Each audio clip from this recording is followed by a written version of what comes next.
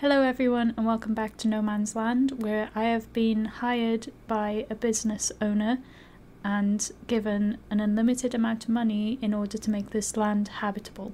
In order to do this, I need to change the terrain and add a lot of buildings and companies onto it in order to achieve this. But while I was doing this and starting off, I met a guy called Louis, who I befriended and now who works for me. But we ran into a bit of a problem last episode, where I don't have a house for him to reside in.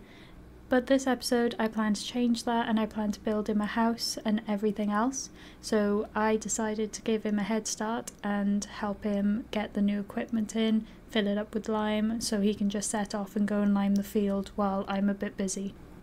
As you might remember, I did intend to give Louis a house, however, the local council decided that they would not grant me any more building permission until I helped give back to the environment. So this month I know exactly what I'm going to do to achieve that, so stay tuned to see what happens. Now here I'm just finishing up the lime and then returning back to the farm with the lime for Louis to continue with the field.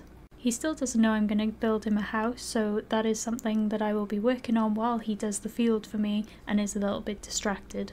But first I have to tackle the issue with the council and get working on that field that I promised them.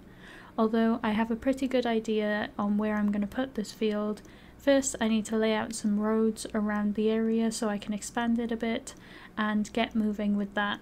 Once I have picked my spot, I drove straight up there, got out and had a look at the area. I knew that this was where I wanted my biodiverse field, Louis' house and a few other buildings surrounding it. So therefore I took some time constructing some roads. They're going to be natural dirt paths just to keep in with the landscape and not cause too much environmental impact. Created a field where I can just leave the biodiversity to grow and grow, because I've left the grass long, I've added flowers, added bushes, added trees and everything so that pollinators can come and go as they please. It's quite a big area, so I'm hoping that the council will be happy with this, and my dog also loves it, so I encouraged him to go and have a look and play within the grass, as long as he doesn't upset many of the bees, because we don't want him to have a big massive sting on the end of his nose.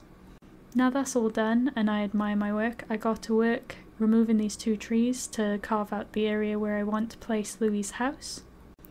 Annoyingly, those trees were a lot harder to remove than I first thought, and I had to get some extra hands in, and this is what I ended up with afterwards, after the house was built. I gave him a little shed and a washing line, and also a storage place where his future machinery will go.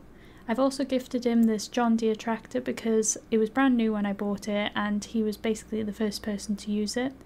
I also made sure that the entrance was well lit, and I sneakily added a stable at the back because the first thing I wanted to do was add some horses. This is for my own personal entertainment and preference, these are my hobbies, so I really decided that this is something that I wanted near to my house, and to in the future be able to sell horses for some money and keep myself busy when there's less for me to do. However, this obviously might upset the council, so after this I will make sure to plant a field or do something else to increase the biodiversity once again. But what can be more biodiverse than a few horses, eh? It's very good for the ground and very good to look at. I mean, look at all these beauties that we're going to be training up. However, I have hired someone quite local to this place to train the horses and make sure that they are all well fed and well looked after while I'm very busy doing the rest of the land. I then also went to get some more machinery for the next month, and then I also had a look at the lake because this is my next project, while Louis was very excitedly going to look at his new home. However, while I was going around the lake in the dark, I noticed a little shed on the little island in the middle. So that kind of worried me that there might be more people than I thought at first. My suspicions were confirmed when a man in the middle of the island came out of the shed and shouted at me rather loudly to keep away from his lake. He explained that he was a fisherman and this is where he would find his fish in order to walk to the nearest place and sell them. However, this is going to cause quite a problem for me because I really want to turn this lake into a recreational area for families and friends to come and visit in the summer especially. So yet again we've run into another problem, but stay tuned for the next episode, which will be coming soon, to see what I end up doing with this complete stranger and with the lake. Thanks so much for watching as always, and please tune in for the next episode. I'll see you then. Bye everyone.